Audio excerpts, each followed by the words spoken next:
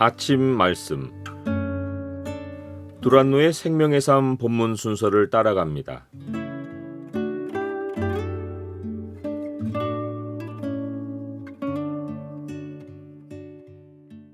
오늘 본문 말씀은 요한복음 11장 38절에서 44절입니다. 오늘 본문을 소망의 창으로 보면 우리가 하나님께 어떻게 기도해야 하는지가 보입니다.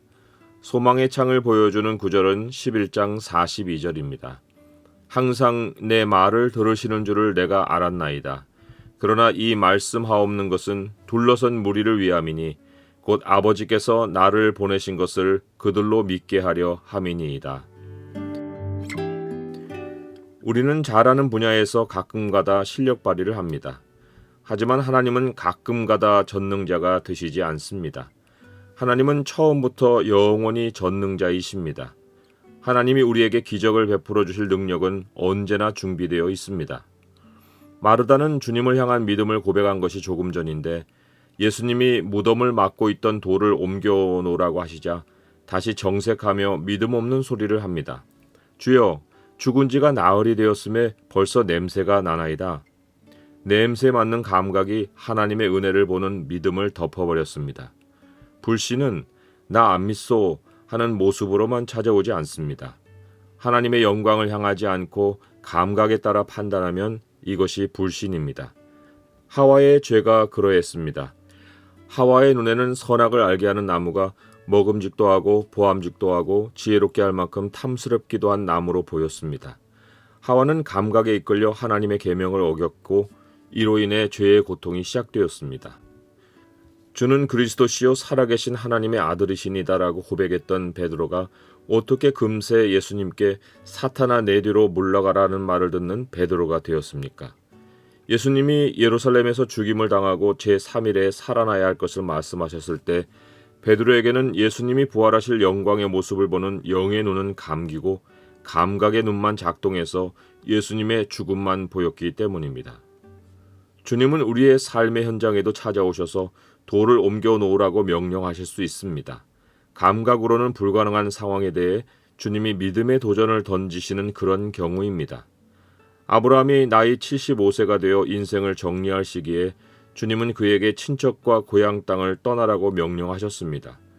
우리 나이 75세에 주님이 그동안 쌓아온 인생 기반을 흔들어 놓을 명령을 하신다면 나는 기꺼이 순종할 수 있습니까?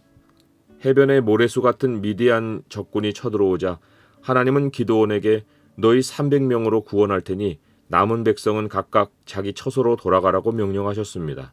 수만 명 직원을 거느린 대기업에서 일하고 있는데 어느 날 주님이 300명도 아니고 30명 남짓의 직원을 둔 직장으로 옮기라고 하시면 즐겁게 순종할 수 있습니까? 오늘날에도 우리 감각에는 전혀 이해되지도 않고 따르려는 시도조차 상식으로 받아들일 수 없는 돌을 옮겨 놓으라는 주님의 명령이 내려질 수 있습니다. 감각에 반하는 일을 해야만 할 때 나는 어떻게 반응하겠습니까? 어떤 경우는 내가 포기하고 싶어서 손에서 내려놓은 것이 아니라 상황이 손에서 내려놓을 수밖에 없도록 만든 일이 있습니다. 그런데 주님이 그것을 다시 하라고 하시면 나는 선뜻 순종할 수 있습니까? 이것이 마르다와 마리아의 상황이었습니다. 동생 나사로는 죽었습니다. 그들이 나사로를 포기한 것이 아니라 나사로의 죽음이 그를 살리려는 시도를 포기하게 했습니다. 그런데 주님이 오셔서 돌을 옮겨 놓으라고 하십니다. 우리라면 기꺼이 순종했겠습니까? 아니면 냄새가 난다고 주님을 막아섰겠습니까? 그때 마르다와 주변 사람들이 돌을 옮겨 놓게 만드신 예수님의 말씀은 이것입니다. 내 말이 네가 믿으면 하나님의 영광을 보리라 하지 아니하였느냐? 감각은 현실을 향할지라도 믿음의 눈은 하나님의 영광을 보라는 것입니다. 일의 결론은 지금 눈에 보이는 현장에 있지 않습니다. 현재 벌어지는 일은 앞으로 다가올 하나님의 영광을 이루는 하나의 과정입니다. 주님은 이미 마르다에게 믿음을 둘 대상이 주님 자신인 것을 알려주셨습니다. 나는 부활이요 생명이라고 말씀하셨습니다. 믿음의 대상은 나사로가 살아나리라는 기적이 아닙니다. 부활이요 생명이신 주님이십니다. 주님께 믿음을 두면 하나님이 하시는 일을 목격합니다. 주님의 말씀을 따르면 하나님이 이루시는 결론을 봅니다. 주님의 영광을 보는 일의 시작은 주님을 믿는 것입니다. 주님의 말씀에 절대 신뢰를 두는 것입니다. 사람이 주님 말씀에 믿음을 두지 않는 것이 문제이지 그 말씀이 얼마나 이해가 되지 않는가가 문제가 아닙니다. 말씀을 잃어버리면 아무리 현실적으로 잘 대처하며 살았어도 마지막에는 죽음에 이릅니다. 자기 인생이 끝나는 것을 보는 것이 그에게 찾아오는 인생의 결론입니다. 죽음 이후에 대해서는 불안함을 품고 죽습니다. 말씀을 따르면 땅에서는 비현실로 보여도 마지막에는 영원히 죽음을 보지 않습니다. 인생이 죽음으로 끝나는구나 하고 불안하게 비애를 품고 죽지 않습니다. 하나님의 말씀이 죽음 이유를 알려주셨고 그 영원한 현실이 죽음 너머를 소망하게 했기 때문에 죽음이 찾아와도 그리스도인은 자는 듯 인생의 마지막 날을 맞이하고 다음 날 주님 품에서 영원한 아침을 맞습니다. 사람들이 돌을 옮겨 놓았지만 주님은 곧바로 기적을 행하지 않으십니다. 대신 주님은 주변 사람들이 알아듣도록 아버지 하나님께 소리내어 기도하셨습니다. 기도를 통해 매우 중요한 교훈을 가르치셨습니다. 아버지께서 항상 예수님의 말씀을 들으신다는 것입니다.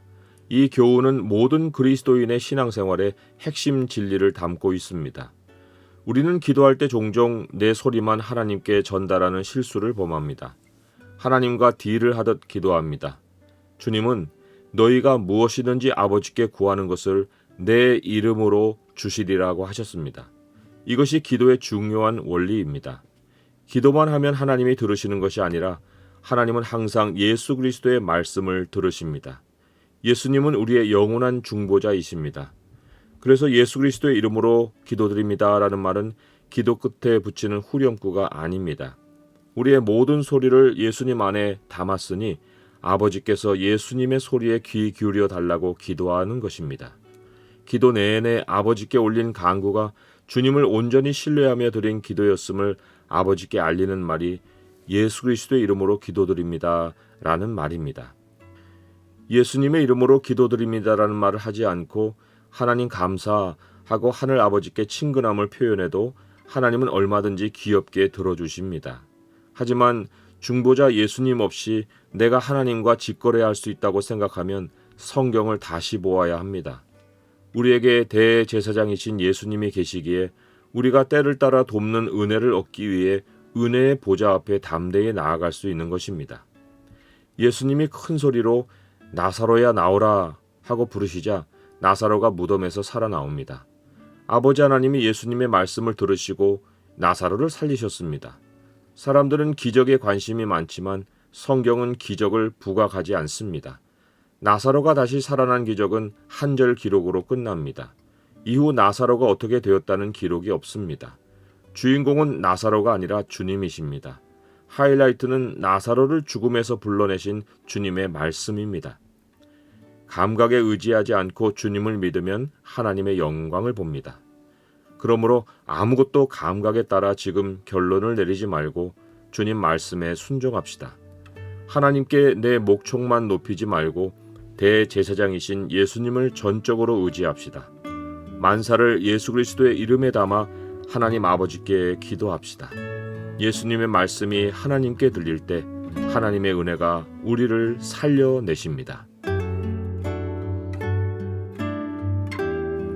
주님, 어떤 것도 제 감각에 의존하여 판단하지 않게 하옵소서.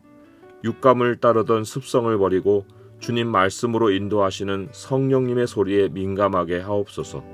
저의 작은 소리도 예수님 안에서 하나님께 들리는 예수님의 말씀이 되게 하옵소서. 예수 그리스도의 이름으로 기도드립니다. 아멘.